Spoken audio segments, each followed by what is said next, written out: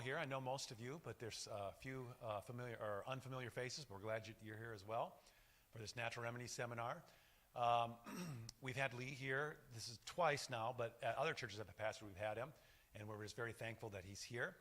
He comes from Kentucky, about 3 hours away from here, and he was telling us that this is kind of a short drive for him, 3 hours. He usually travels a bit longer, but we're very blessed.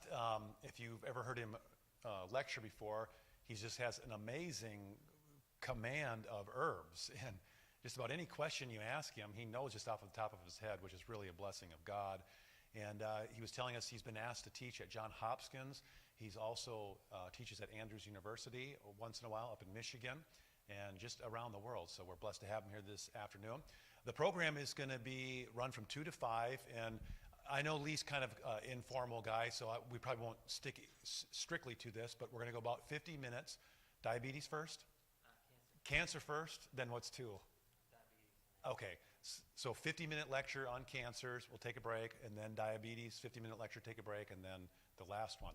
And then also he has a bunch of herbs back there, and he's very generous with his time, but try not to eat up all of his time so that everybody else can has a chance to ask him some questions, because I know probably some of you have some specific issues you want to talk to him about. But he has some herbs there then that you can purchase, and I'm sure my wife and I will get stocked up as well, as we usually do. One other thing, I was thinking about questions. I don't know how you feel about questions. I'll let you talk about this, but I have sat through lectures, and unless you have an important question that deals with what he's talking about right then and there, if you could wait till the end. Otherwise, it kind of derails the presentation a little bit. So if you have a clarification question, otherwise I'm sure he'll take questions at the end, or however you want to do it. That's my observation. But I'm going to turn it over to him now, but I'm going to pray with you before we get started. Father in heaven, thank you for bringing us here together. Thank you for bringing Lee here. I pray, Father, that your Holy Spirit will bless our time together. We're all very concerned about our health and our loved ones' health, and so we want to live as long as we can and prosperous as we can. So please bless our time together this afternoon. In Jesus' name, amen.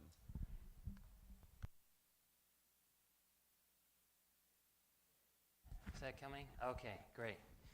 Well, good afternoon and welcome. It's great to see everyone. You're probably wondering what accent I have, where I'm from. That's not Kentucky, right? So, I was born in England. I grew up in Australia, so I have an Australian twang. And I've been living in the States for about 18 years. So, I speak 3 different languages, Australian, English, and American. Sometimes they get all mixed up. So, I hope you can follow me here. But I want to welcome everyone. And yes, I don't mind asking questions if it's specific and you're jumping off your seat, then yes, please ask me. But I'll try to save at least 5 minutes at the end of a presentation so we can answer some of those questions. But I want to not just focus all on the remedies as far as what you can take for different things, but I also want to focus on the cause, because unless we get to the cause, we're still just working against ourselves, right? So have you noticed there's a dramatic increase of cancer in the United States, right? About 100 years ago, very few people had cancer. You're probably aware of that.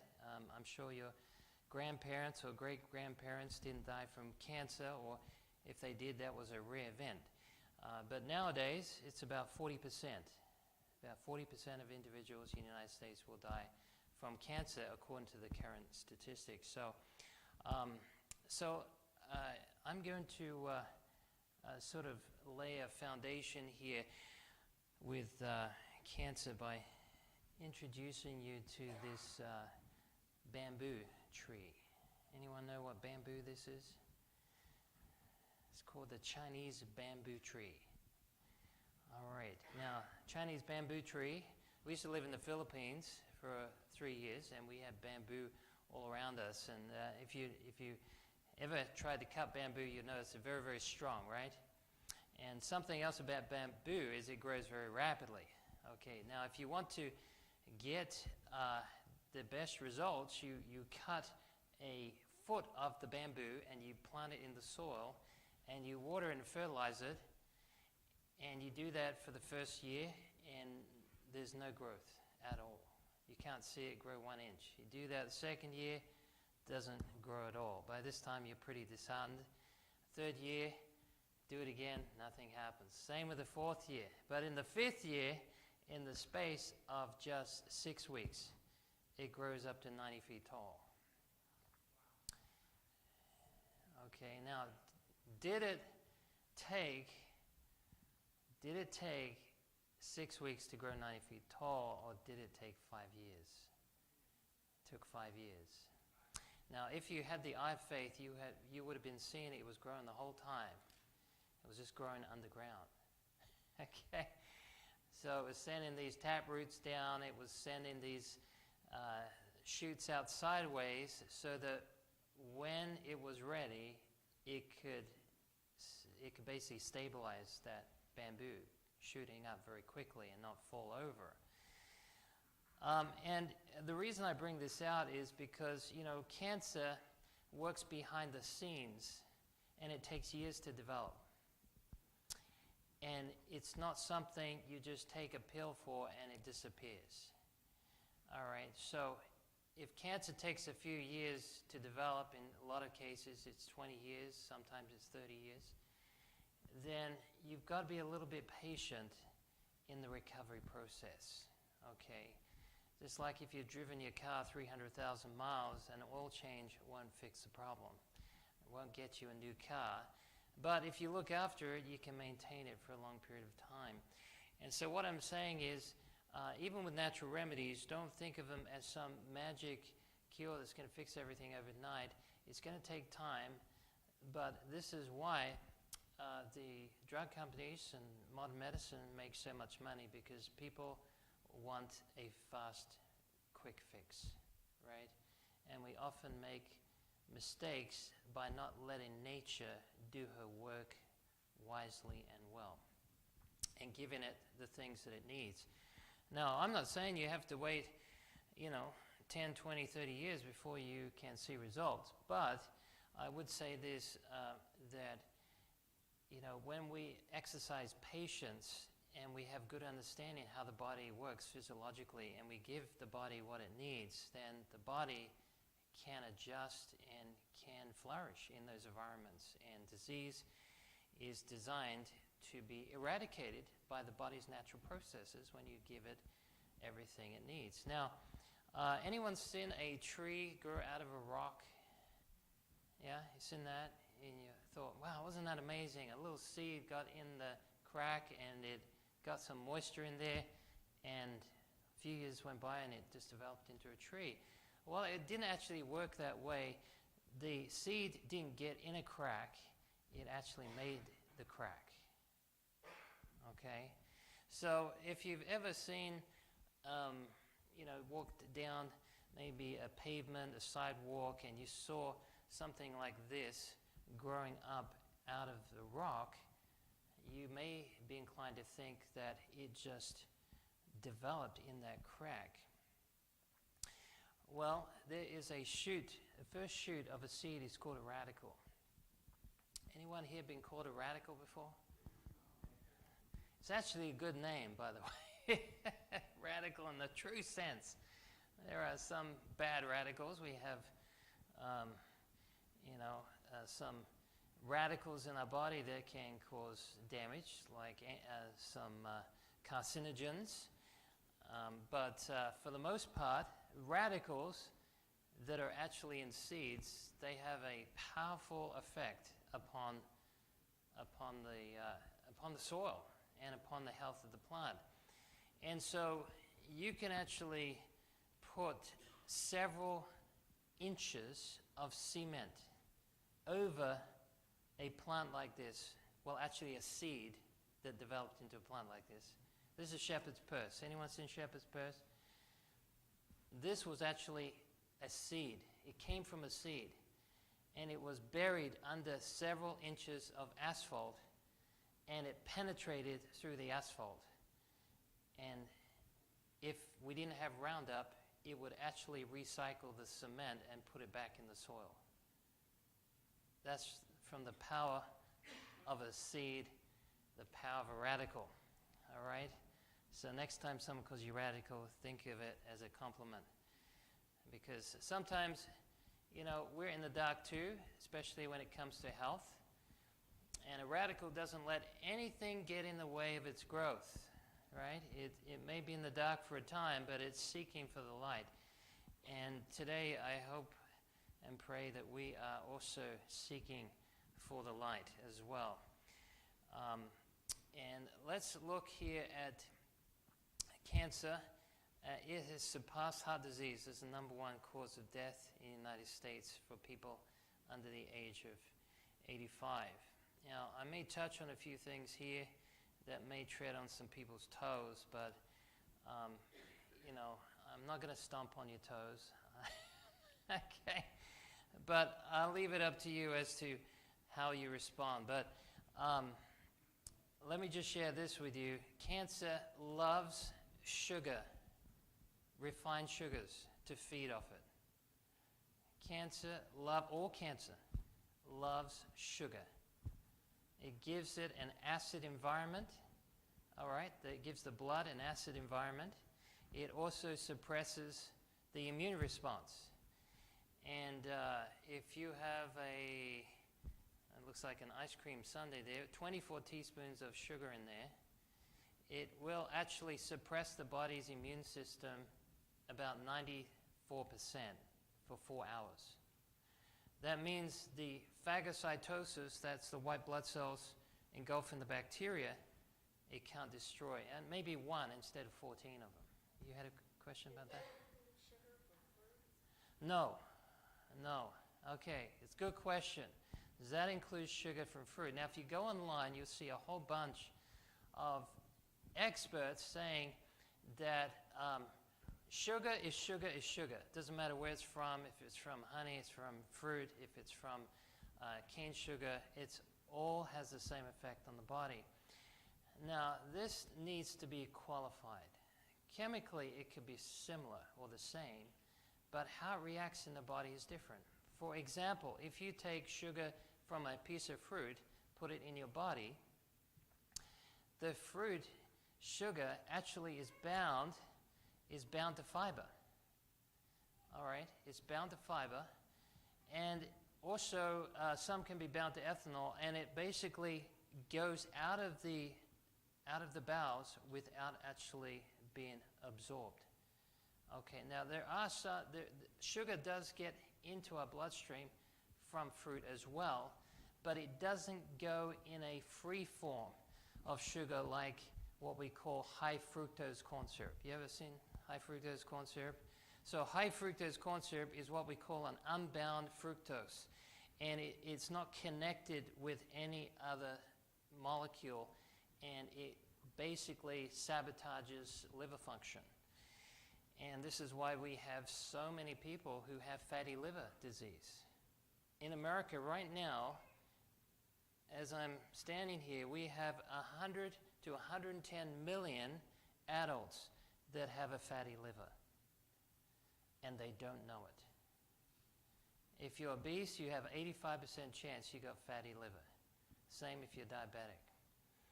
Okay, and what that does, it basically slows down the liver function, and the liver has over 600 different functions that we know of, and this also puts a heavy burden upon the body's ability to detoxify and clear out poisons from the system. What's the relationship between that and insulin resistance? Insulin resistance. Well, insulin resistance is basically when the cells, they are not taking up the sugar, and usually it's to do with the receptors. So you have these insulin receptors that basically hold on to sugar. They reach out for it, and they bring it into the cell, and then the cell can use that for energy, all right? So when you have these receptors that are blocked or they're retracted into the cell because the cell says, I don't need any more sugar, then you have insulin resistance. We'll get onto that because we're going to talk about diabetes, and we'll cover that more a little bit down the road. And now we see, it used to be taught years ago, I remember hearing this from different health experts saying sugar does not cause cancer. There's no evidence that sugar causes cancer. Well, we have evidence, Okay. You sort of intuitively knew that there must be a problem at some point because sugar, as we know, suppresses the body's natural defense system. It does suppress the immunity. And one of the top cancers that is triggered through high sugar levels is endometrial cancer, also pancreatic cancer as well. Those are two of the top on the list there, okay? And as you get older, unfortunately, your immune system declines with age. We're very vulnerable for genetic mistakes. Unfortunately, my physiology professor used to tell me, choose your grandparents wisely. Okay. As if, right? But as we get older, things slow down. Our immune system slows down. We're more vulnerable. And so that means the DNA repair mechanisms are more fragile, and they can't actually operate in the same way as someone that's maybe 20, 30 years old. So your DNA becomes more vulnerable to attacks. Now, get this. I learned this. It blew me away that in our body we have free radical damage that happens all the time. We have genetic mutations that happen all the time. And why is it that we don't all get cancer? Because we're all getting these sequences of these 3.4 billion letters out of sync sometimes. And so you have in your DNA 3.4 billion letters. They have to line up all exactly in the same sequence. If one of those is out of place, you can end up with defects in protein synthesis, and it can lead to cancer. So why don't we all have cancer? Well, let me share this with you. Cancer comes as a result of too much damage done on a cellular level that cannot be corrected. In other words, the correction of the damage can't keep up with the damage. Does that make sense? It's like me going around this church with a hammer and putting, I wouldn't do this, of course, Pastor Eric, but imagine there's holes being put in the walls and someone's coming along and plastering up as quick as I'm putting holes in the wall.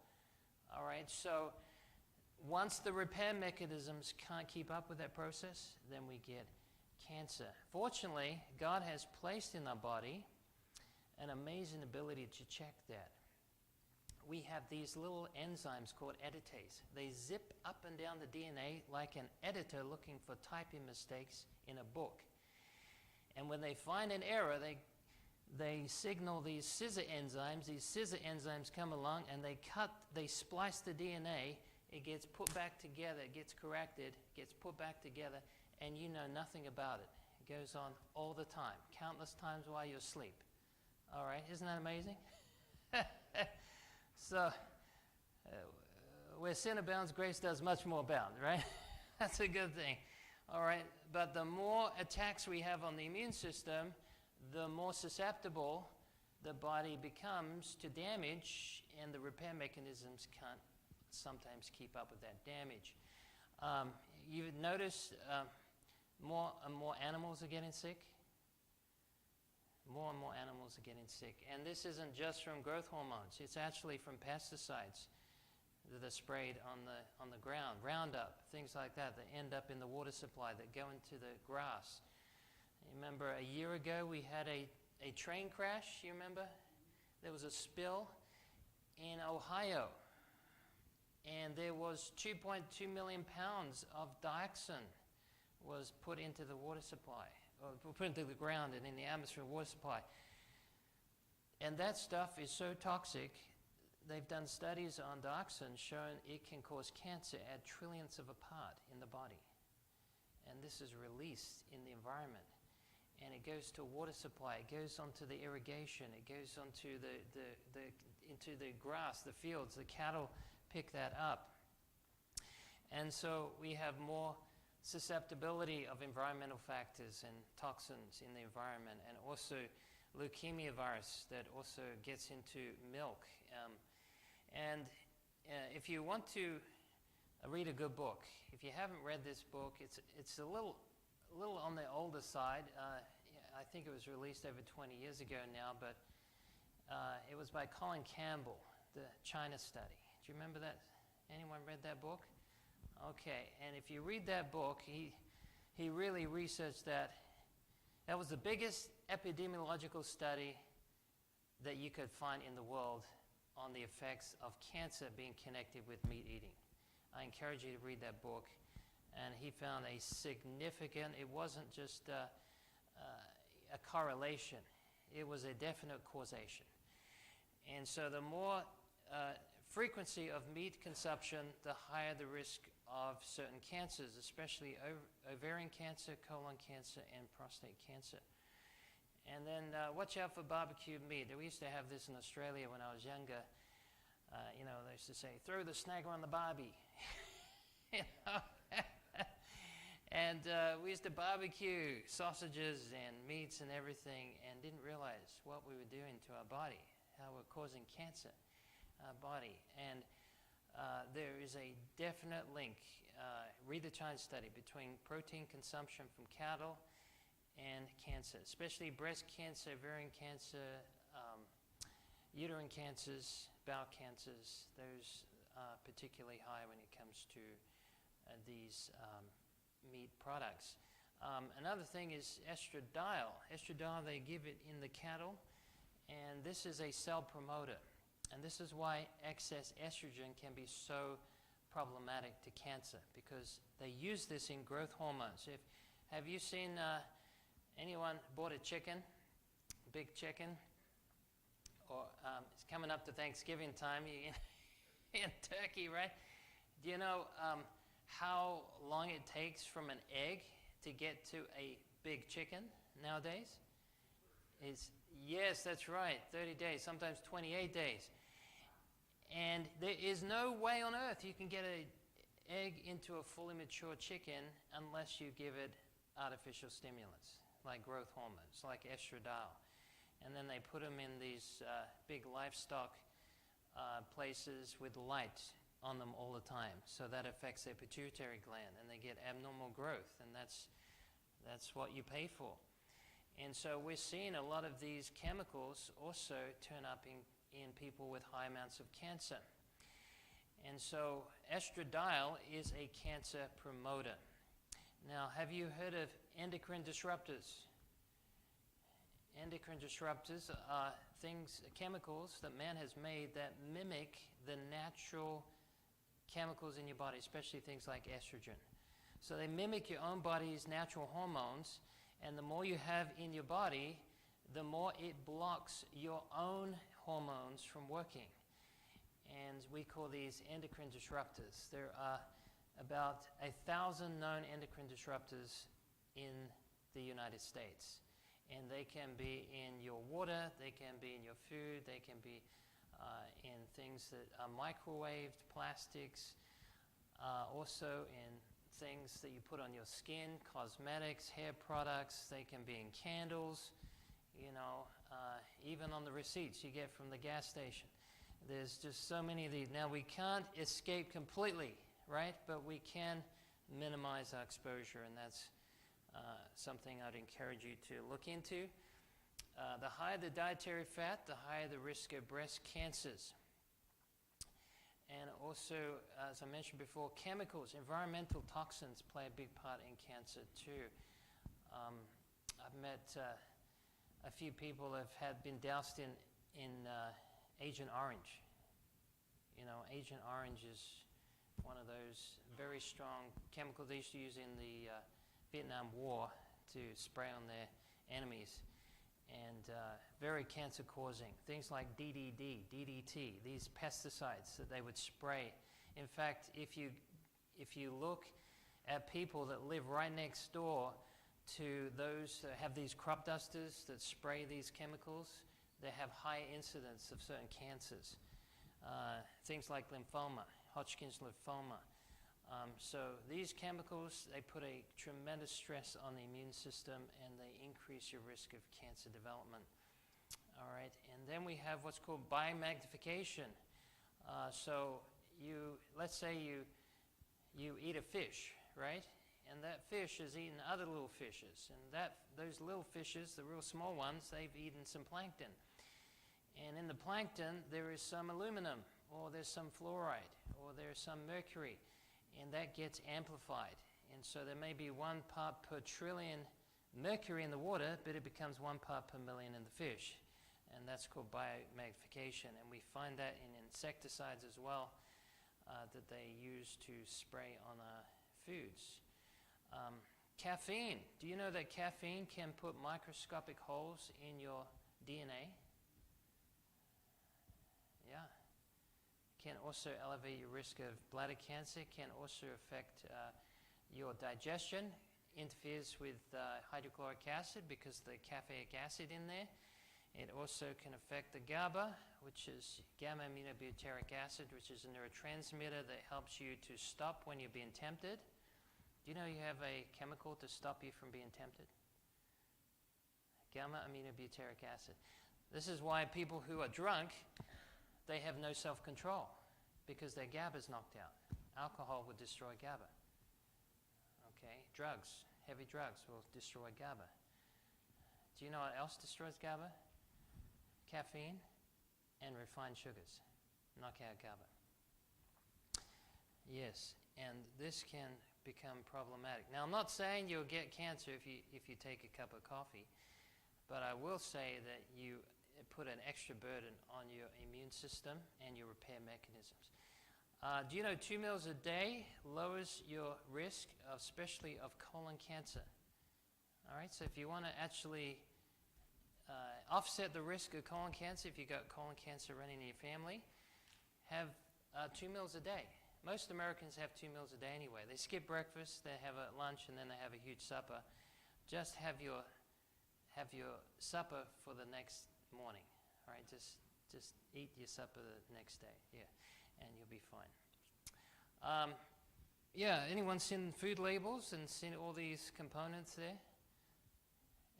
You need a dictionary just to find out where that came from. I was with my daughter in a supermarket, and there was some cheap, you've seen those fruit cocktails?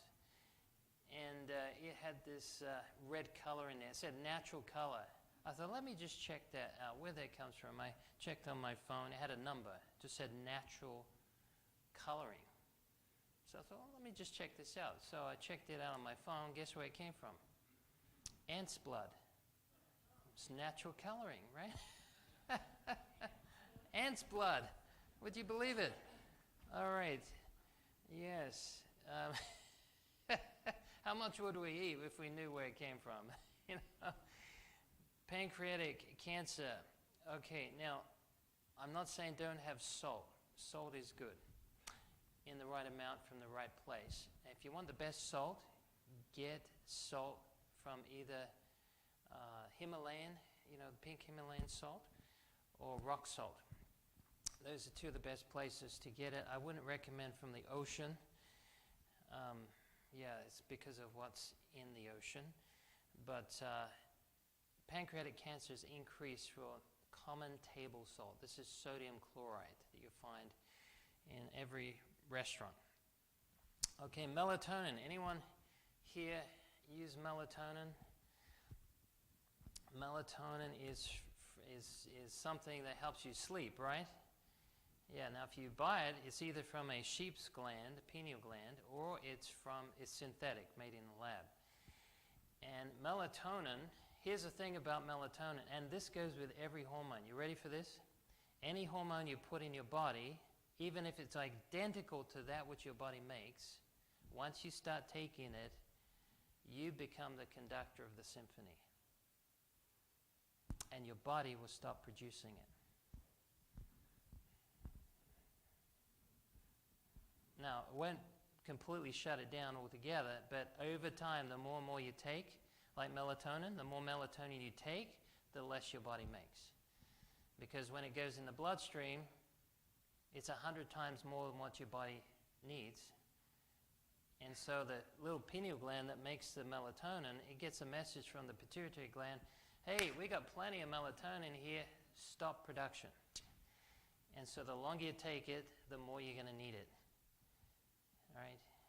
And so this is the problem. Anytime you take a hormone, this works with, you know, ladies with estrogen, progesterone. Once you're on that program, now you're the one that's got to keep it going. Because the way the body deals with hormones, it regulates them in a very timely manner. And when you flood the body with too much hormones too quickly, anyone here know anyone that's got thyroid issues and their thyroid doesn't function anymore? And how hard is it, once they're on medication, to keep that balanced, right? It's hard to keep balanced. Now, if your thyroid's gone completely, you're going to be dependent on it. And now, I'm not saying there's never a place. There is a place, like, for example, if your pancreas is completely shot, say you're type 1 diabetic, you're going to be dependent on insulin because your body can't make it. So I'm not talking about exceptional cases like that. What I'm talking about is when your body makes it and you decide to help it along, just like Abraham taking Sarah's, maid, Hagar. He was trying to help God along, right? Didn't work out too well for him, right? So let's not try to help God in that way. We can do it another way, a better way, which is find out how we can best feed those organ systems that they can do the job that they need to properly. But if you have adequate melatonin, it's actually protective on your body. Do you know that melatonin is 60 times more powerful than vitamin C as an antioxidant? 60 times more powerful than vitamin C. And you know where you get it from? Early sleep. Early sleep, yes. Primarily before midnight. Yes. So any light going through the optic nerve, I've been to some places. I was up in New York and I was staying with a family and they never turn the lights off. If you go and stay in a hospital, don't turn the lights off, right? That messes up your melatonin significantly. Yes, because any light goes through that optic chiasm, the junction where the optic nerve crosses, right above it is the pineal gland, and it stops production of melatonin. So if you want to get melatonin, you're going to need to get to bed early, have lights off, and you need good amounts of serotonin. And we'll get to that a little later. Okay, I talked about this yesterday. 5-minute outburst of anger can suppress the immune system for 5 hours.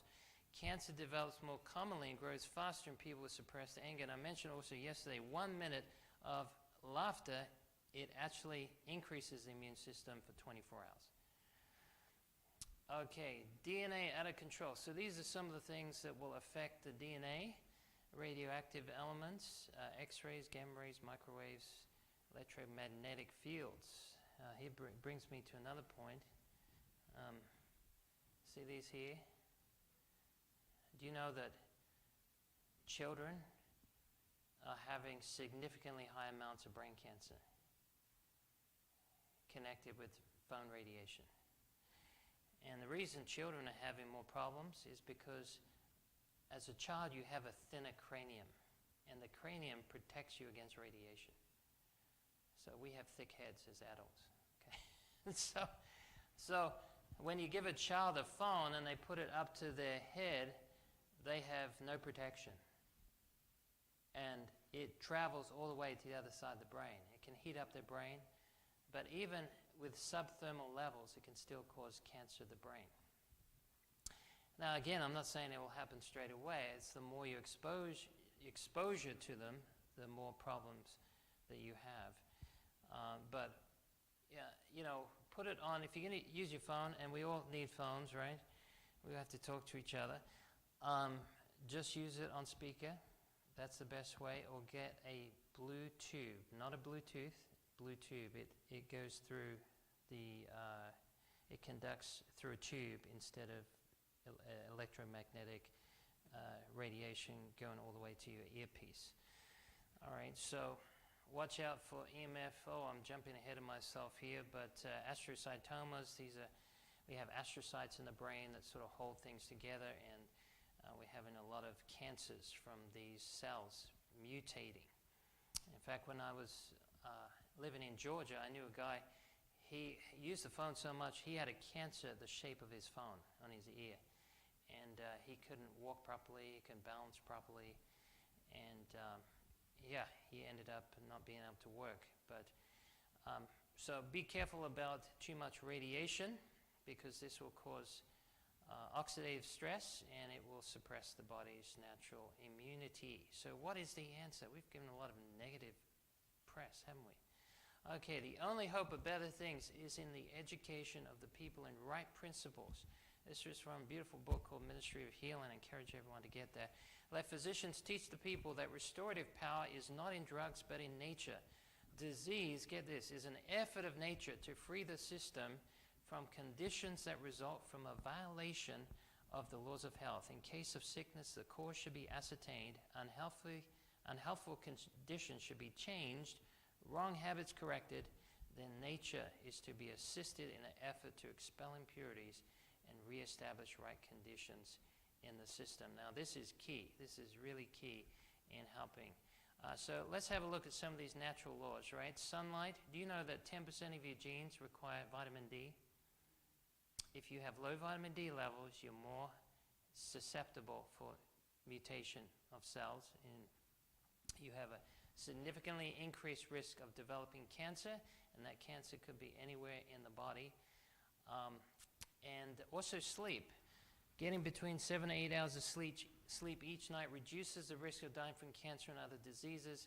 Sleeping 6 hours or less, or 9 hours or more, increases the risk of dying by 70%. So, in other words, do you know that 95% of adults need 7 to 8 hours sleep? 5% can have 6 or less and still thrive. I like to get at least 6. 7 is really good, but when your body is in a state where you're feeling drowsy the next day, you've got brain fog, you feel run down, maybe you need to get some more sleep. And this is very important because it affects every organ system, sleep.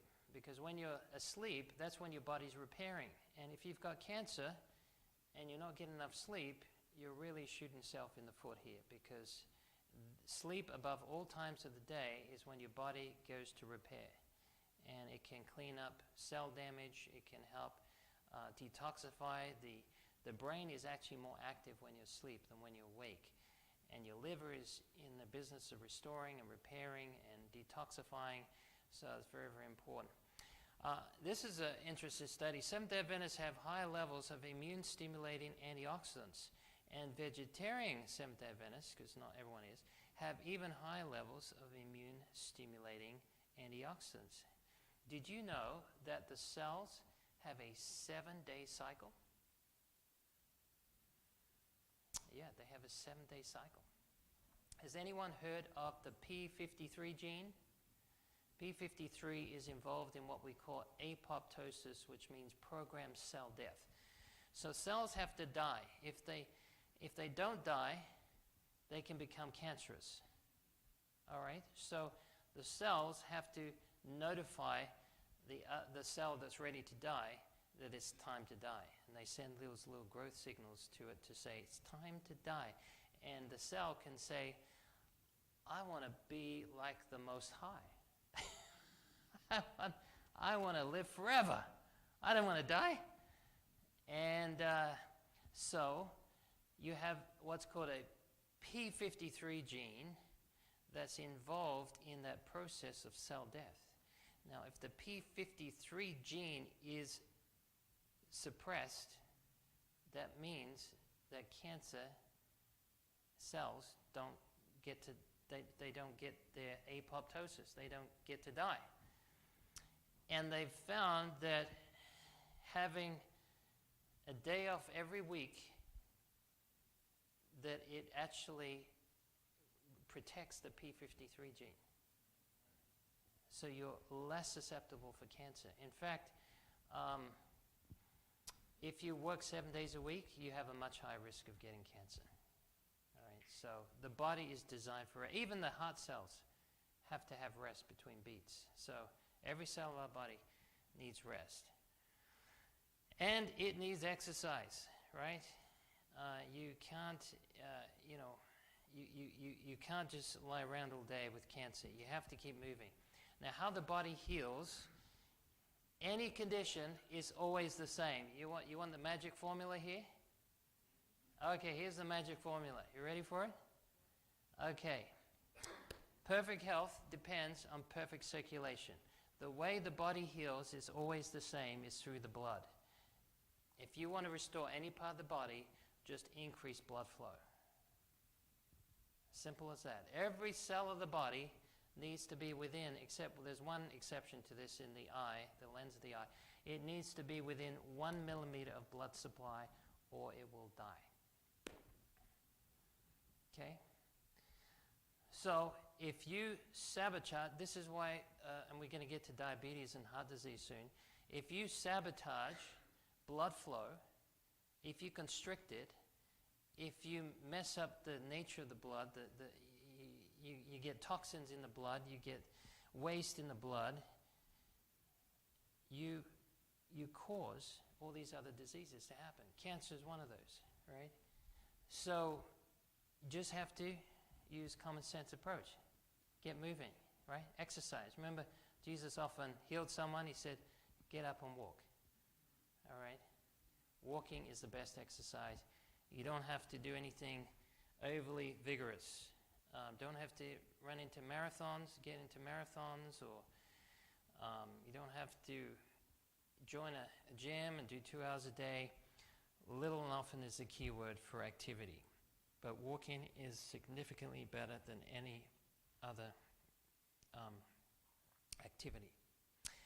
Because when you walk, all the organs of the body increase blood flow when you walk. In fact, every step I take is an extra 2 ounces of blood that shoots out of my heart through the left myocardial contraction. The ejection fraction is increased when I'm walking. So that means that there's more blood going, there's more life. Life is in the blood, right? Okay, so what about diet? All right, we don't have much time here, but I'm going to speed through some of these. Diet is key. Now, if you look at all cancer, you can divide the cause into 3 main sections. 1/3 of cancer can be prevented by quitting smoking. Another 1/3 of cancer is caused through diet. And the other 1/3 is all the other causes combined, whether it be stress, radiation, chemicals, mother-in-laws, whatever it is, okay? All those fit into that category. So diet is a big cause, okay? So because, I mean, I had some of these this morning. Grapes, right? Things with seeds in. We talked about before about the power of the seed.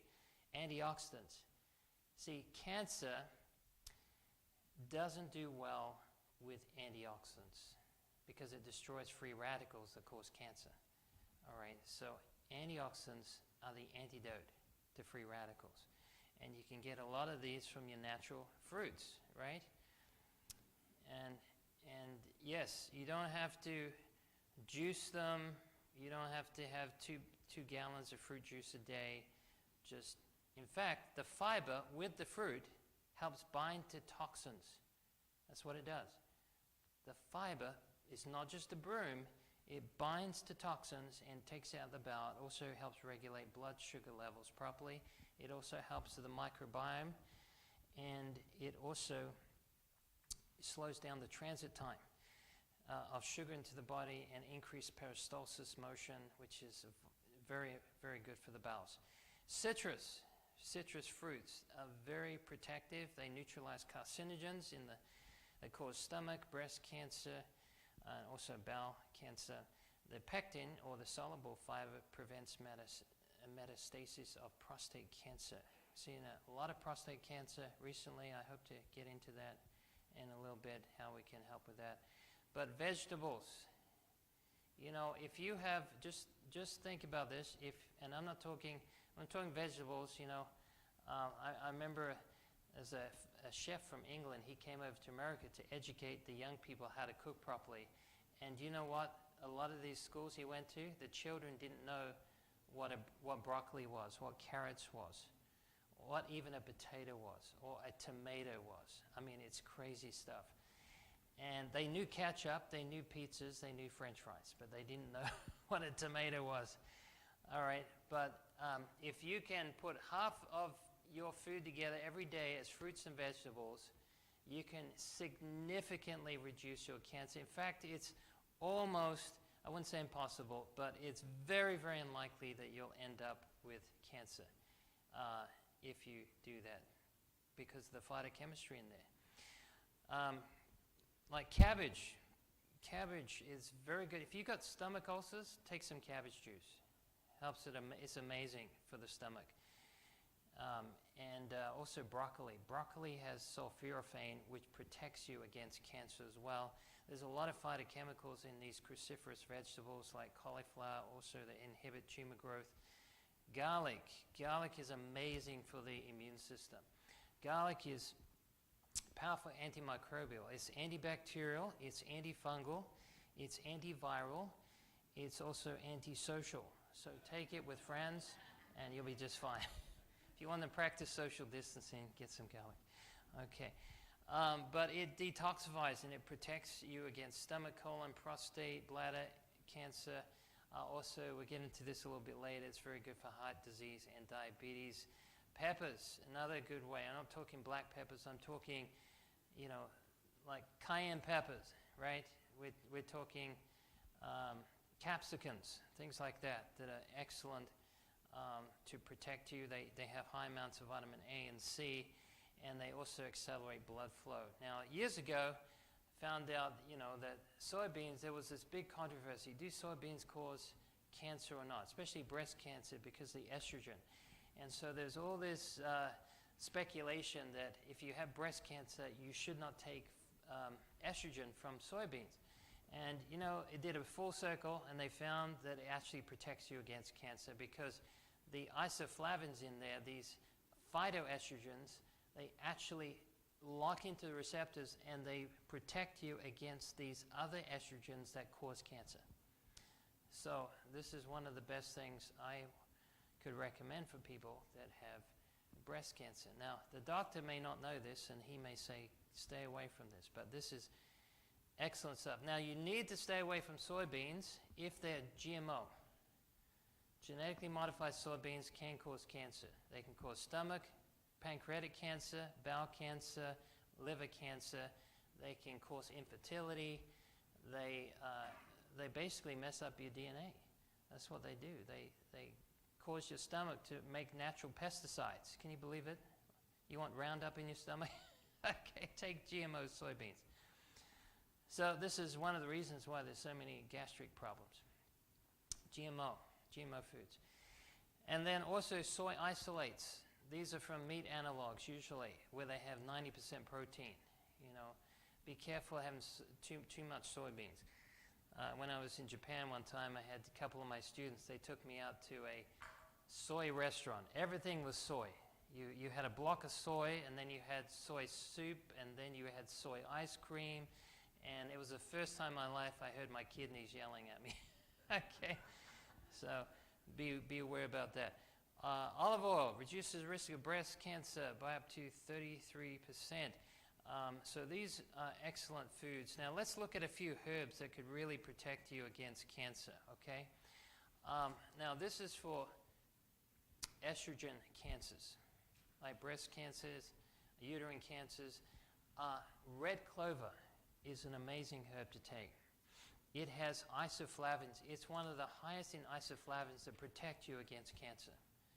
Not only that, it also, in the body, creates what we call brain-derived neurotrophic factors that increase synaptic sprouting and can help. It's brain fertilizer, basically.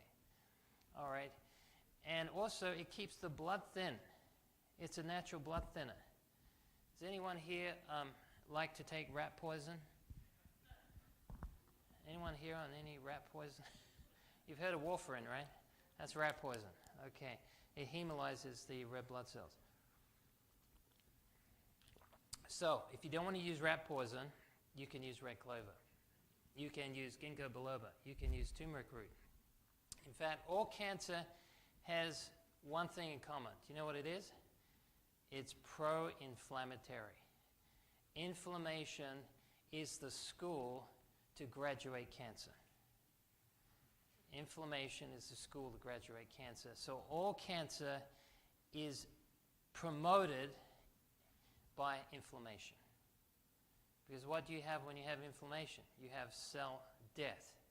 You have toxicity being released. You have inflammatory chemicals that can actually bathe the other cells in their environment, and that can cause hypertrophy. It can make the cells enlarge. It can kill them. It can mutate them.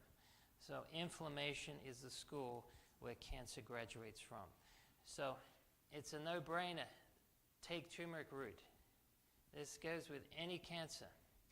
But studies show that turmeric root works the best on bowel cancer. Out of all cancers, it's been useful. All right, all chronic disease has one thing common. It's pro-inflammatory. And turmeric root is the best anti-inflammatory. So we highly recommend that. Now, if you've got prostate cancer, you may want to try some additional things there like saw palmetto. Saw palmetto is great to lower the risk of the PSA, lower the PSA levels. And also we use it with Pardiaco, and what's the other one we use? We use red clover as well. So yeah, turmeric root, fantastic for pain, inflammation. It's very good for the neuroendocrine system. They've had studies done on this with depression. Even helps depression. It can even be restorative to the pancreas if you've got diabetes. We'll go into that a little down the road. And here's another excellent herb to take if you've got cancer, because it's so high nutrition. Anyone know what this is? It's called nettle. Nettle is the highest in nutrition of any herb on the planet. Okay? And the phytochemistry in nettle can protect you against getting cancer. It is so powerful. It's the highest in nutrition of any herb or food on the planet. Okay? So, yes, it will sting you if you put your hand on it, but if you cook it, it will actually take away the sting. It's a natural antihistamine. It's very high in vitamin A, C, and E. It's very high in plant protein, iron. And by the way, the building blocks the body uses to recover itself is actually proteins. Proteins are used to actually heal the body. All right? So you want to have good plant source proteins. Here's another excellent one for cancer, and that is ginger. And why is it good for cancer? Because it accelerates blood flow. It's a diaphoretic. It makes you sweat. All right? And it makes you sweat because it's supplying more blood to the skin. And it's heating up the body. Right? It's even got curcumin in ginger. Did you know that? Yeah? Okay, so it's of the same family as turmeric. It's a cousin to turmeric root. And it's also very good for the digestion. It can also act as an anti-inflammatory, very good for picking up your brain. If your brain's a little sluggish, just take some ginger and that'll pick you up. Here's another excellent one for cancer. It's called Panax ginseng or Chinese ginseng. You have American ginseng, quinquefolia, which is also Panax quinquefolia, but we use the Chinese one. It's the king of herbs, and it's really, really good for energy. It's good for your adrenals. It's good for stress. A lot of cancer is caused through stress. Okay, sorry to tell you this, but 90% of the diseases I see are stress-induced. It's the stress that drives people to the fridge 12 o'clock at night. It's the stress that keeps them up with insomnia at night. It's the stress that makes them want to work 24/7. And so this helps reduce the stress. That's what it does. It's an adaptogen. All right, you know the best adaptogen is? Jesus. He's the best adaptogen. Right? Come unto me and I'll give you stress. Is that what he says? I'll give you rest. Rest from what? Stress, right? So, it's interesting in the Bible, Jesus is called a root out of dry ground. You know what a root is out of dry ground? It's stressed. A root in dry places is a stressed out plant, and the stress that it goes through actually provides phytochemistry for your medicinal needs to fight against cancer. Isn't that amazing? It lowers your cortisol levels. It lowers your inflammation. You had a question? Yes. That's a good question. Okay, so as far as dosage goes, I'll just share this with you.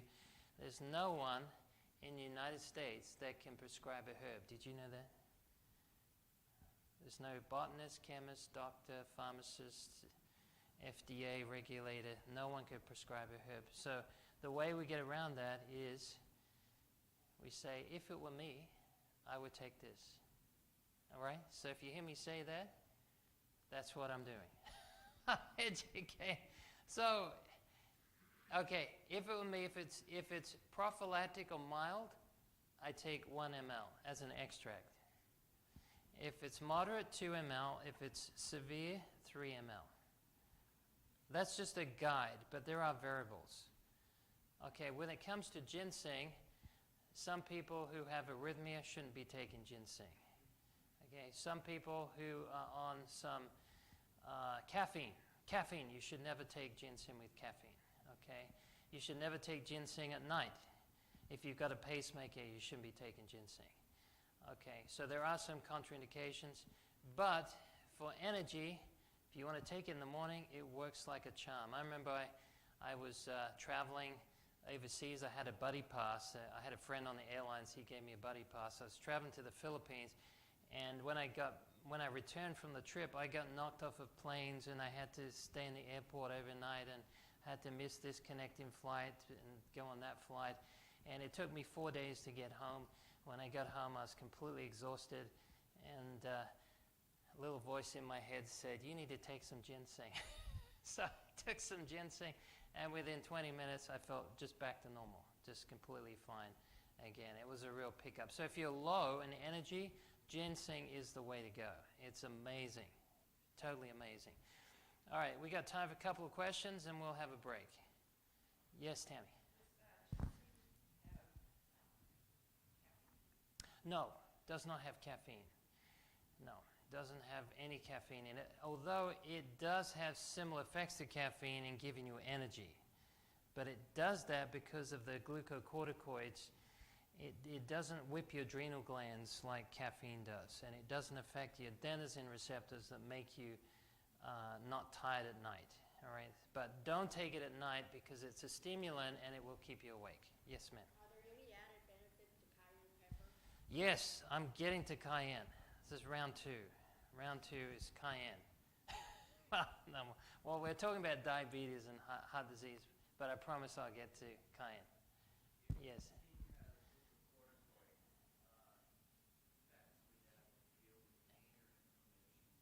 It deals with that indirectly. So what it does, it stops cortisol, that stress hormone, from being overproduced by the liver. So it actually stops it from being degraded so that the liver doesn't keep pushing it out.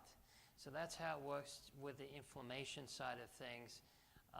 Okay, but it does help with regulating, because it's a natural glucocorticoid, it regulates sugar. So it's very good for diabetes type 2. Yeah, but it does lower inflammation. Yes. We got time for, yes. I'm sorry?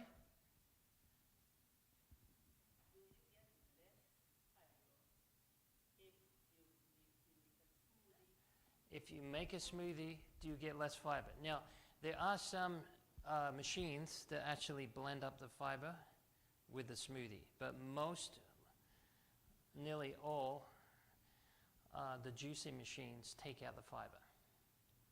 There are some that are very expensive, $2,000 or $3,000, that will actually blend up that fiber and make it part of the smoothie. But most times they take the fiber out. So cancer patients should not be on a juice program because it separates the sugar from the fiber and it spikes their sugar levels, and you do not want that with cancer. Yes, ma'am. Cholesterol. What's your question about cholesterol? How do you lower it? Okay, do you know where cholesterol comes from?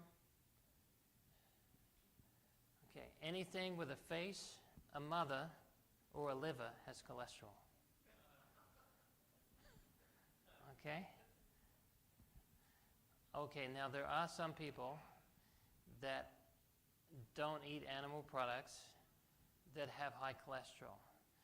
So, why is that? The number one cause of that is stress.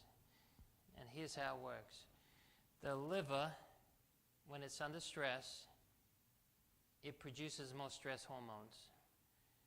So those stress hormones use cholesterol as a building block to make them. So the liver has to overproduce its cholesterol supply.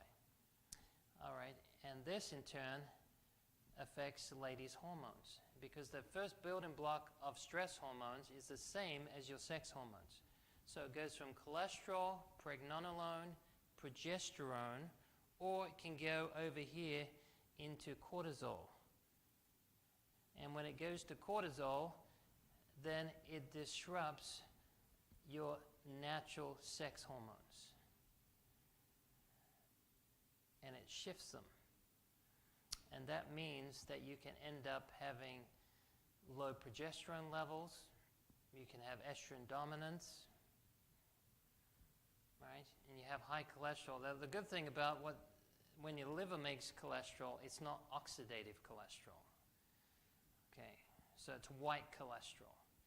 When you eat cholesterol, it's usually gray cholesterol, which is more dangerous. But stress can kill you, the same as animals can kill you. So my recommendation to that is, do you know how the body gets rid of cholesterol? It's through fiber. It binds to fiber. There's no enzyme to break down cholesterol. So how the body gets rid of it is binding it to fiber. Okay, so you need to increase fiber. Now, here's another thing too, that if you have high cholesterol levels and you have stress that is, how can I say, it's not constant, but it's sort of up and down like this. It sort of comes and goes in waves.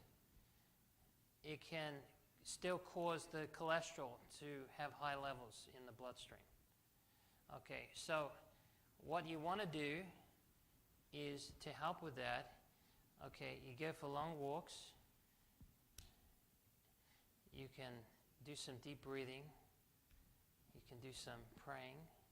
You can do some time off work. You may have to have some time off of family. I don't know. It depends on the situation. But there are some adaptogens you can take that will decrease the stress level. So ginseng is one of those. Eleuthero root, ashwagandha, rhodiola, licorice root, astragalus root, those types of very good adaptogens that can help. Now, here's a herb that can lower cholesterol. It's hibiscus. Hibiscus tea. Hibiscus tea. And olives are very good. Olives, yes, and exercise. All right, let's take a little break. 5-minute break. We'll come back, and we're going to cover some diabetes here. All right.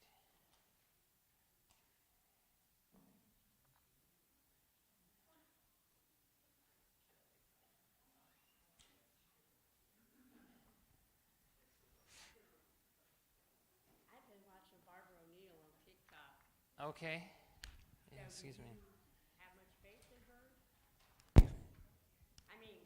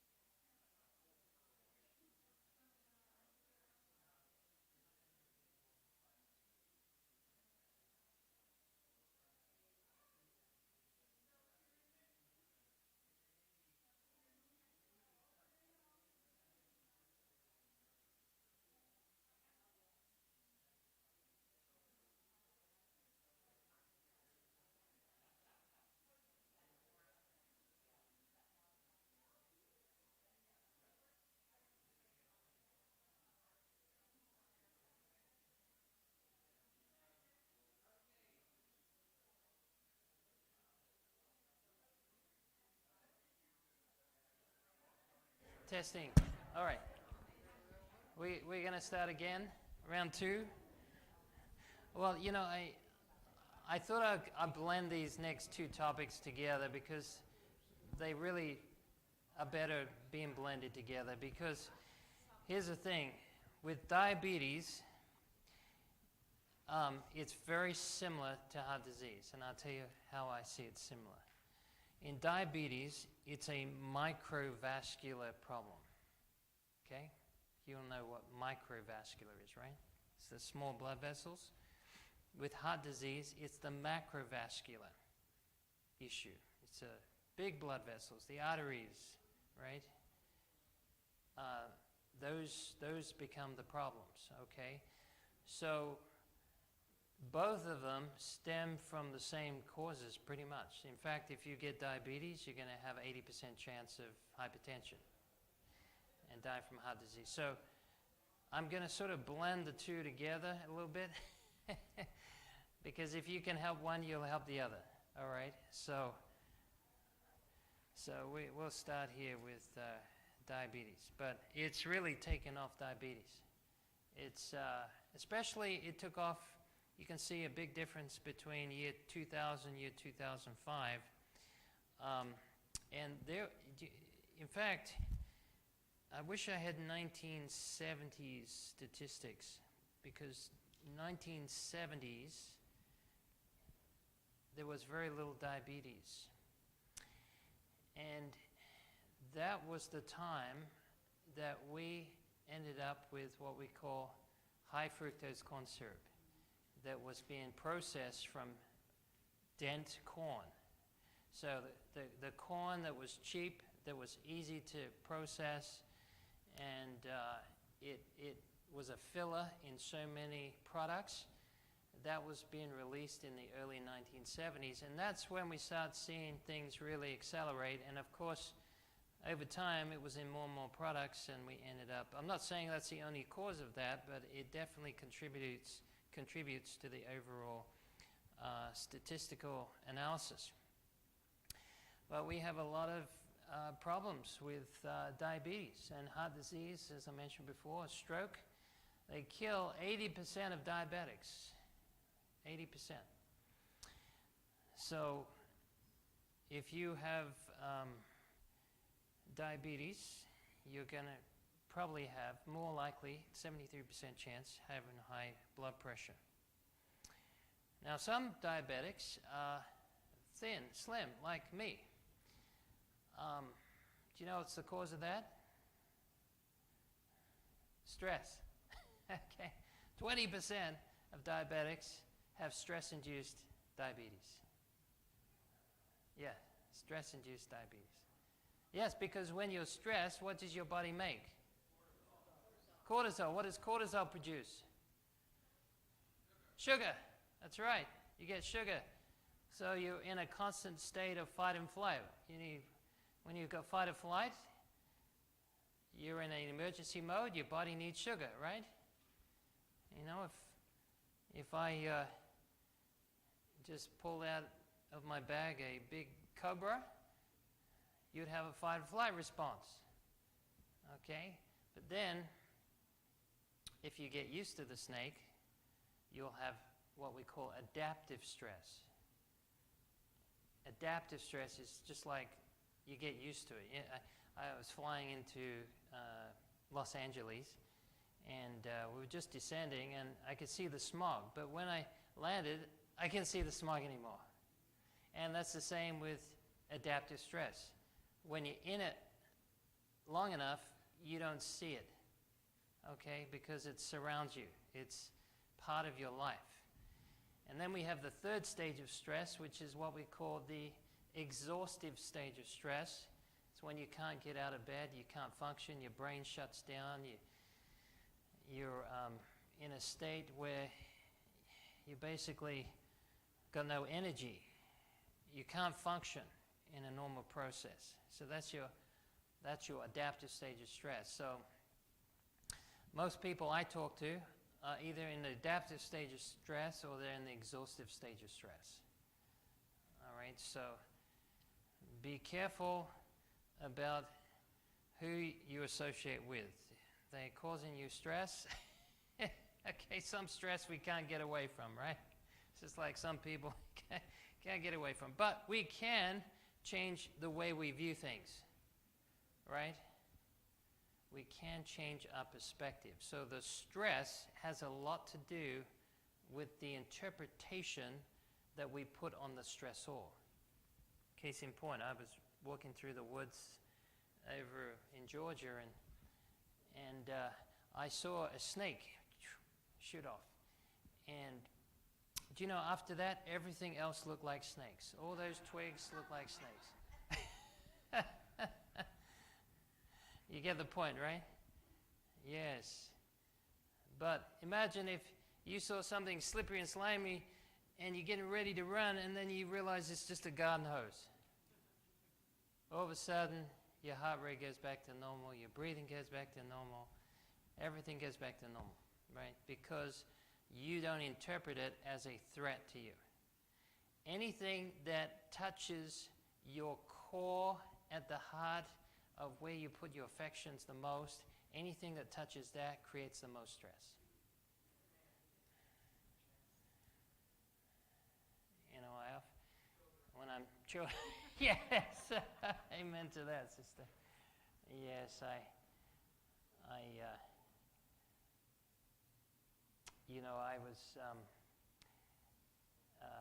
was going to say about when the lifeguards, they go and save someone in the water, you know what they're taught to do?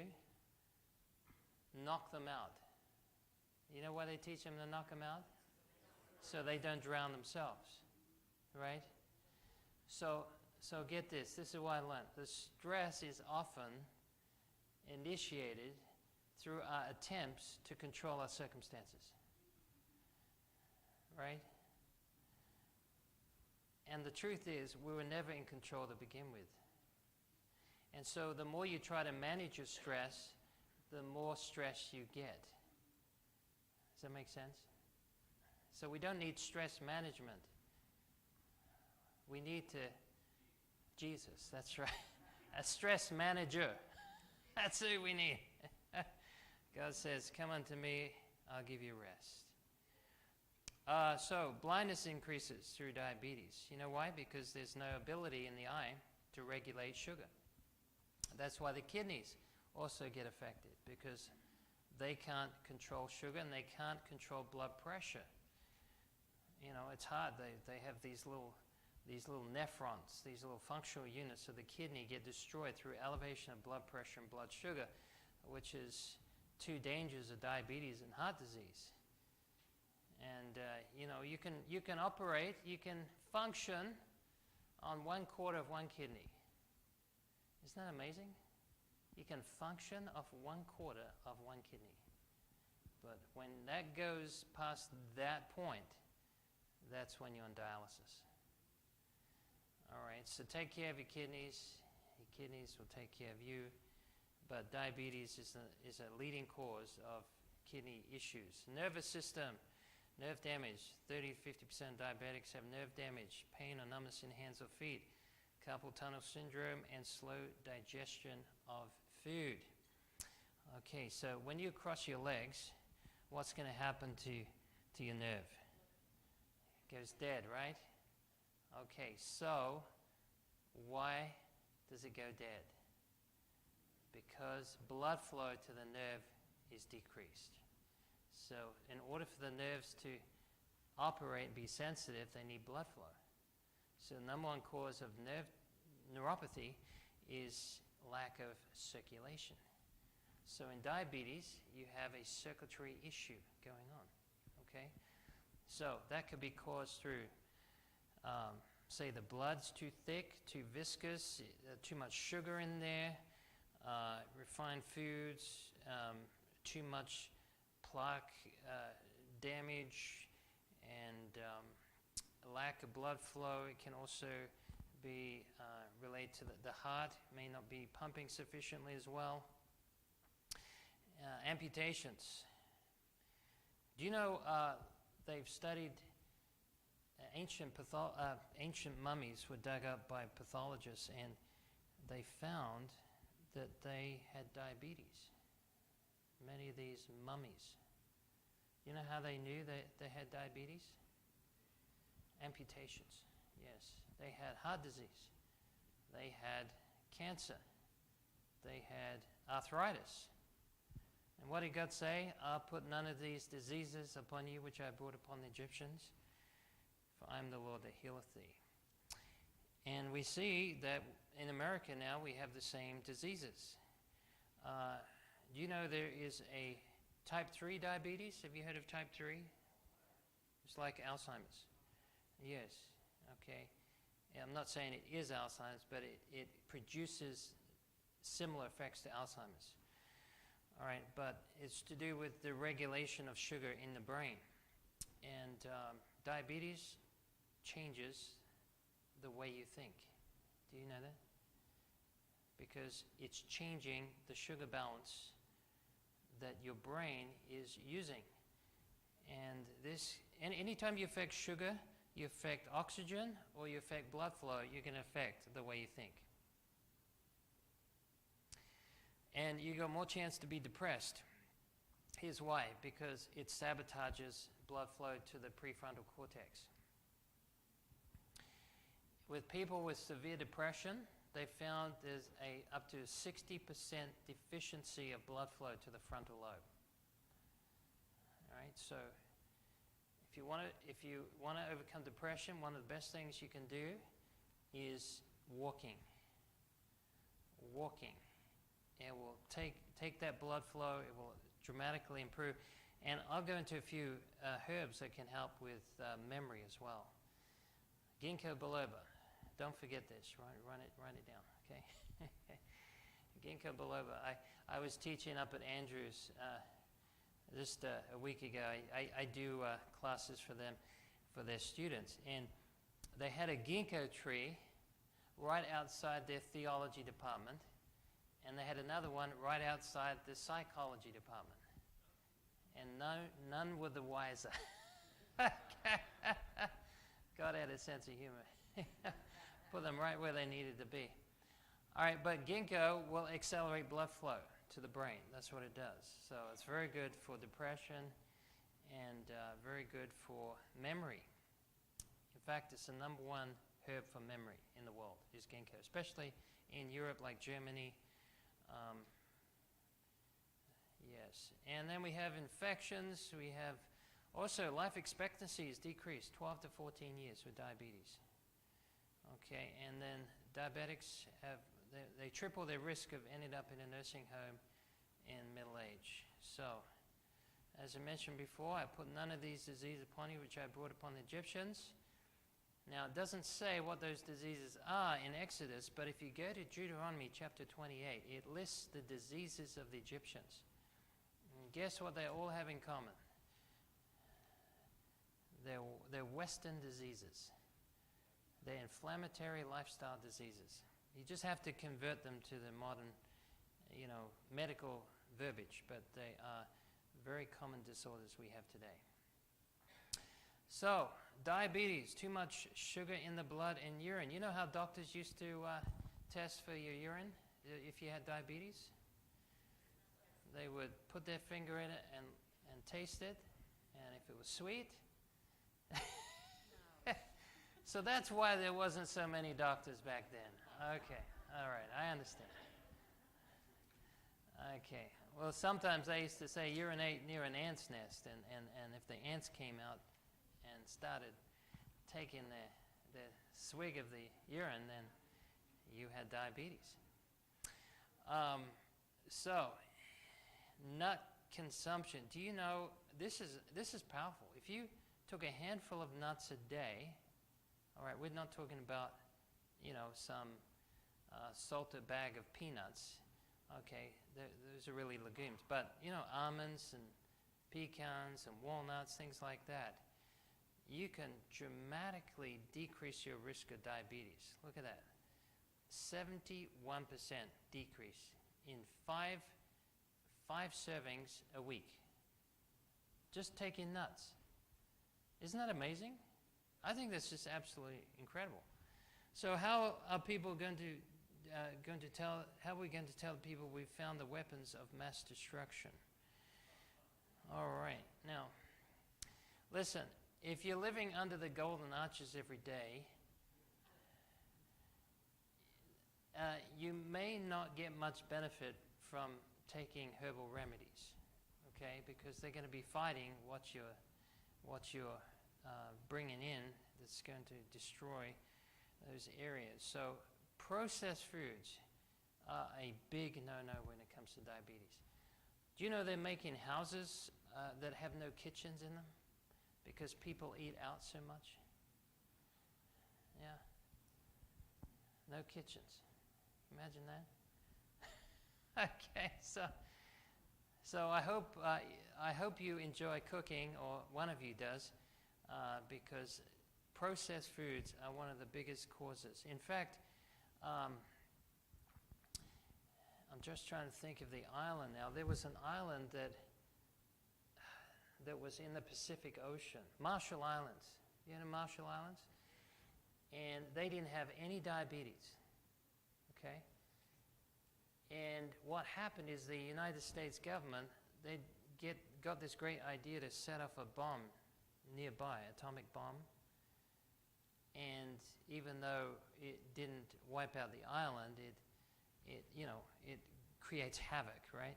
You know, radiation and all kinds of things associated with that. And so the Marshall Islands sued the American government. And they won. And they got mega rich because they sued the government, and millions and millions of dollars flowed into the population in the Marshall Islands. And so you know what they did with it? They set up McDonald's. They set up fast food chains. And then guess what happened?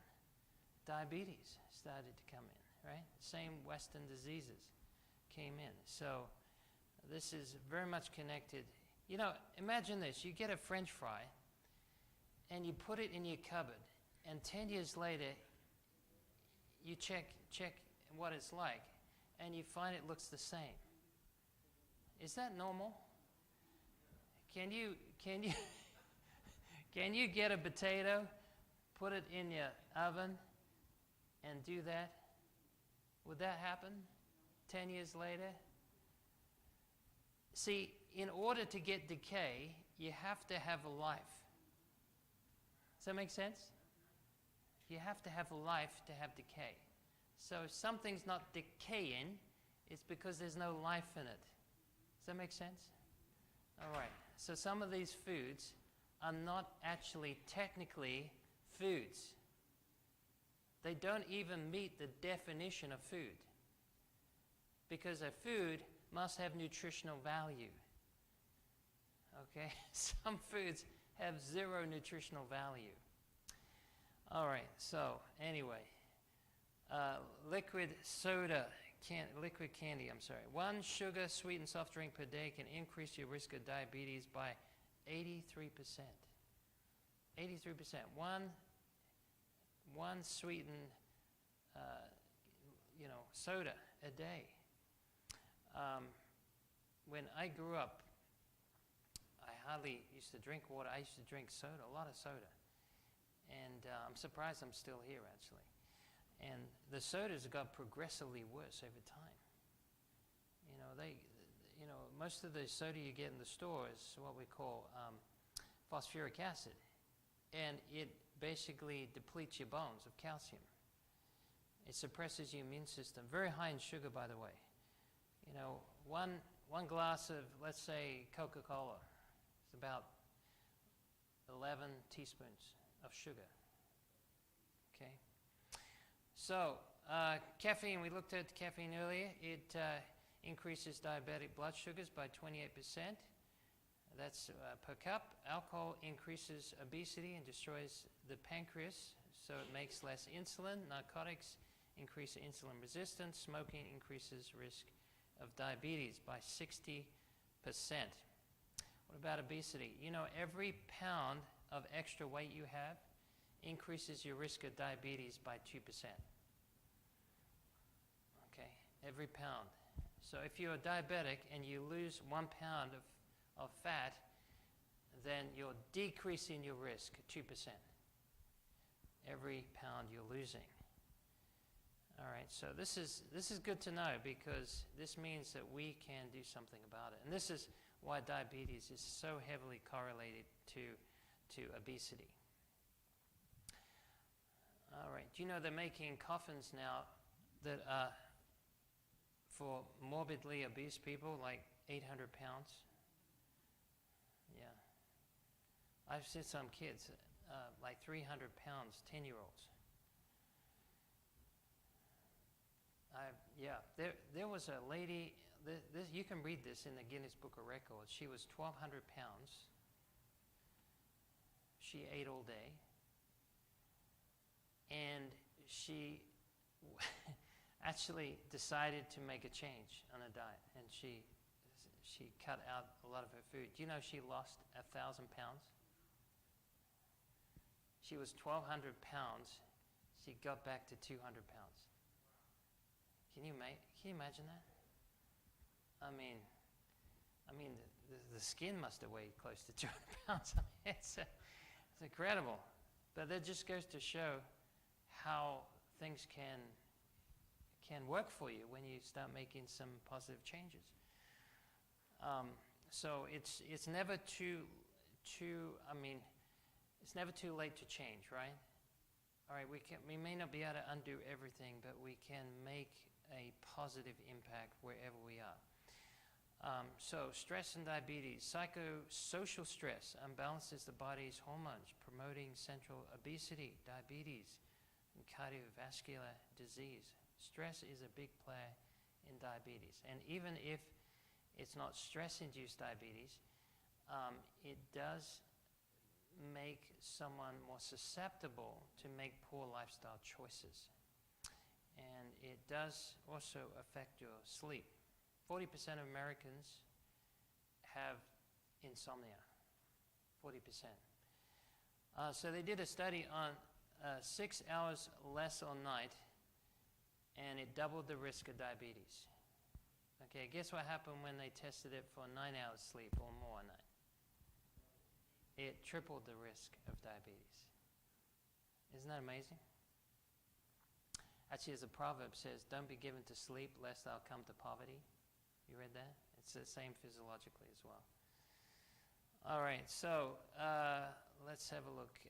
When fat cells are too full, they lose the ability to respond to insulin. So before we talked about insulin resistance, this is what happens. When you have excess fat, you can end up with insulin resistance. And the fatigued pancreas eventually loses its capacity to produce insulin, and the blood sugars soar even higher. I was in Indiana one time and had a lady came in to see me. She was a nurse practitioner, and her daughter had type 1 diabetes. Her daughter was 9 years of age, and she had been diabetic for 3 years, diabetic type 1 for 3 years. And I was really surprised because her mother was a nurse practitioner. I was surprised that she didn't put her on insulin, because you can't regulate type 1 just from diet. I mean, diet can help if you make some positive changes, but you don't have the hardware. You don't have the cells aren't producing the insulin, right? So I said to her, maybe you should look at getting some insulin. And then she started tearing up on me, and I knew I'd hit a delicate nerve. So I said, look, I don't know if this will work or not, but I heard from another herbalist about using juniper berries. You heard of juniper berries? Okay, so this is what we call, this is a particular kind of berry. It's actually often called cedar berry, but it's Juniperus monosperma is the botanical name. And do you remember Elijah was under a juniper tree? Do you remember that? You know, he was running away from a lady who had hormonal imbalance. And God put him under a juniper tree. You know what junipers are good for? Do you know he was depressed? Wasn't he? Elijah was depressed. Juniper leaves are antidepressant. The aroma is antidepressant. Okay? And so he was depressed, and he was under a juniper tree. Wasn't that providential? And then the berries are good for the kidneys. And see, he was running, you see. He was running a marathon. In fact, say he ran over 200 miles to get to Mount Horeb. So he needed juniper berries. Okay. And he needed to give Jezebel some red clover and Vitex. That's what she needed. But anyway, so getting back to the story, I gave her some juniper berries, or cedar berries, which were Juniperus monospema, and she came back to see me a week later with a big smile on her face. And she said, check this out. And she showed me a chart, because she's a practitioner. She was writing 3 times a day her blood sugar levels. Now, before she came, she was average around 300. When she came back to see me, it was average of about 140. About 140. And she said, she pointed to 2 times that were high. She said, this is when she cheated. I said, keep doing what you're doing. I was pretty amazed, actually. And so she came back and saw me 2 weeks after that. And guess what? It was down to 110. And then she came back again the 3rd time. And she's got it as low as 80. And by that time, I was blown away. I was like, whoa, this is amazing. And do you know, she sent me all her nurses, all the nurses she worked with came to see me from the hospital. And her family came up to visit me from Florida, up in Indiana. And everyone she was telling about about this herbal guy. You know, that was amazing. But I was surprised, because I didn't think that type 1 could be at all helped, even by, using these simple remedies. But now, I'm not saying get off your insulin if you want to try this, but it may be something to try. I would use it if I had type 1. I would definitely try that. All right. So, as I mentioned before, don't take juices if you're diabetic, because you will not be able to control your blood sugar level. And this is one thing that you see with a lot of diabetics, is that they get on this swing program where they are snacking all day long, all right, or on a 5-meal-a-day program. This does not work for diabetics. It encourages you to be out of sync with your blood sugar for the rest of your life. If you keep on this plan, you will never be able to regulate your blood sugar normally. I used to work at a lifestyle center and hospital in Georgia, and we had diabetics all the time. You know how many meals they were given? 2. Breakfast and lunch. If they really wanted it, they could have a light supper, but usually it was lemon water. That's usually what they had. And most of those people left after 2 or 3 weeks,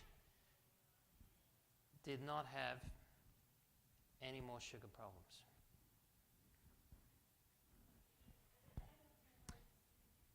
I thought it was me for a minute. Okay. All right, so don't have snacks, because that will cause a dysregulation. Yes, you had a question, Karen? Yes. Yeah, well, with type 1, they're not, releasing hardly any insulin. But yes, it's the same as far as, the only thing is that with type 1, they're going to be using insulin. But they don't have to have, unless they're bottoming out. Then it doesn't matter when you eat. I just want to be clear. If you're bottoming out, you need something immediately. So don't think, oh, it's not time now, and I got to put it off. But if you get into a habit, here's the thing: if you're a diabetic, if you don't have enough proteins and fats, good quality fats, you're going to run into trouble with your carbs. So you've got to have good fats and enough fats, because that will keep sustaining you, all right?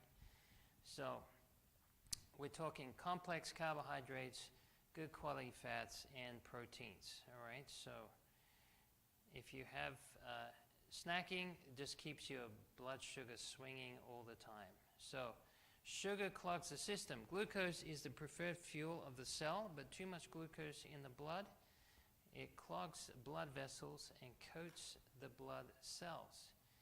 And this is why you have glycation. And then your cells start sticking together. All right? And then your receptors come into your cells, and then you end up with insulin resistance. So these are some simple things that you can do. Okay, if you change some of these simple lifestyle things, if you work on your weight, okay, if you work on losing weight, exercising daily, okay, if you, it says 150 minutes a week, but if you want the ideal program, you want to do more than that. If you can do 1 hour of walking a day, that would help you. And if you walk in the morning, you'll lose more weight. Did you know that? Because you will heighten your thermostat, your thyroid gland, and you'll burn off more fat during the day. So the best time to exercise is early in the morning. Now, I'm not saying you don't need to exercise any other time, but if your focus is on weight loss, walking in the morning is the best time to do it. And then improve your fiber intake, low saturated fat, low glycemic load. And these things will dramatically reduce your risk of diabetes. So eat more fiber foods. Fiber protects against constipation, high cholesterol, heart disease, high blood sugar, diabetes, certain cancers, and obesity. Where do we find cholesterol? Anything with a face, mother, or liver, right? Okay, what about avocados? Avocados got cholesterol? I'm talking the good cholesterol. They have the good cholesterol.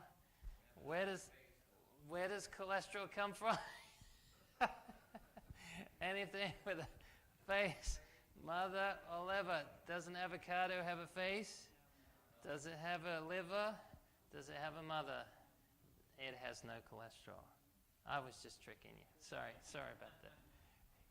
You know how we tend to answer according to how we propose the question? Okay. Sorry, I was leading you along there, wasn't I? Just tricking. Okay. All right, so whole grains for whole people. All right, so replacing refined grains. This is important. I went to a supermarket a while ago, and I went past the bread line, and my son was with me, and I got this loaf of white bread, and I said, "Hey, John, look at this." And I got this white loaf of bread, and I went like that, and it was like that fat after I finished with it, you know. And no, I didn't buy it after that. But I felt bad. Actually, I thought I probably should have bought that, you know. One of those regret moments. Anyway, I got one of these other really good loaves of bread that had lots of fiber, and I went like this, pushed it in, and it bounced right back. And I said, "There you go. That's you want the accordion one, you know, the ones that bounce back." Yeah. Yeah, I'm sure. So the whiter the bread, the sooner you're dead. Okay, that's how we can phrase it. Because that's clogging up the body, right? White stuff. I remember I was in the Philippines one time, and I'm looking for brown rice. You know, it's white rice is everywhere. And then I see this sign, dog food, and underneath was brown rice. But that's what you need. You need the stuff with the whole grain, right? It's not being, you know, diced up, because that's where you get the nutrition, right? So eating breakfast regularly. This is really important. If you're diabetic and you skip breakfast, you're setting yourself up for failure. So eat a good breakfast. It's the best time of the day. That's when your body needs it the most. That's why we have the word break fast, right? You're breaking a fast because you're skipping eating the night before. And this is why people don't have an appetite. They don't want to eat in the morning because they have a late meal at night and they're full of food and they wake up, their body hasn't even processed from the night before. So they get bad breath and they got sluggish digestion and maybe constipation and all these effects. So if you skip that meal at night, you'll be much better off. So exercise and diet are essential in recovery of diabetes. Okay, these are the keys. If you haven't got this down, it's no point getting on the supplement train. You really need to focus on this because this is where the most benefit's going to occur in exercise and changing your diet, okay? And it can be done. It can be done. Don't think that this is an impossibility. And don't take foods out and leave a void there and leave a setup for a rebound effect, okay? So you don't want to take something away that you enjoy unless you put something better in its place, right? So, I used to be a chocoholic. I love chocolate. Every day I had chocolate. But now I replace it with carob, or if I had the white sugar, I get some really good quality honey. I don't have to eat the sugar as much as I had before. As far as, when you eat the good stuff, you don't need the junky stuff. And you notice how we always get addicted to what we don't need? Have you noticed that? I mean, we don't get addicted to carrots and apples and tofu and I'm trying to think, cabbage. Yeah, I don't get addicted to cabbage. But yeah, it's always things we don't need, right? The sugars and the caffeine and the fats that are processed, And, you can never get enough of what you don't need, right? Because what you don't need doesn't meet your needs. All right? So, what you want to do is replace those bad habits with good habits, right? Okay, so some people have a hard time losing weight. So if you have a low thyroid function, if your thyroid is not functioning properly, you won't be able to burn so many calories, okay? So here's what you can do. Here's a secret tip that I picked up. You get some cayenne oil and you rub it on your thyroid and it will accelerate your thyroid function and it will increase metabolism. So that's one thing you can do, is put cayenne pepper on your thyroid. Okay, you can also take adaptogens like ashwagandha, rhodiola. And I don't recommend herbs for weight loss unless there's a problem with the thyroid. Then you can help with that. Some people are iodine deficient. We don't have much iodine in the soil because it leaches into the water and goes out in creeks and goes out in the ocean. So iodine is essential, by the way. If you're deficient in iodine, you're going to have problems with thyroid function. And you can also, they used to put it in bread, by the way, iodine, and they took it out, replaced it with bromide in the 1970s, and the IQ dropped nationwide 10 points because iodine is essential for neurotransmission. If you don't have it, you die. So iodine is essential. It's one of those things that we take as a supplement. Sunshine. Sunshine is key for reversing diabetes. Do you know when you have more vitamin D, more sun exposure, you decrease insulin resistance? Yes, very, very important. In fact, guess what? Cholesterol is used to convert to vitamin D.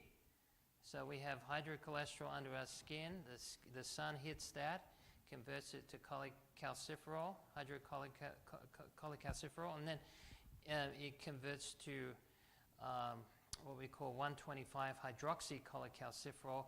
When it goes through the liver and the kidneys, that's your active, or 125 hydroxycholecalciferol, and that's your active vitamin D. That's what your body uses, and the building block to start that process was cholesterol.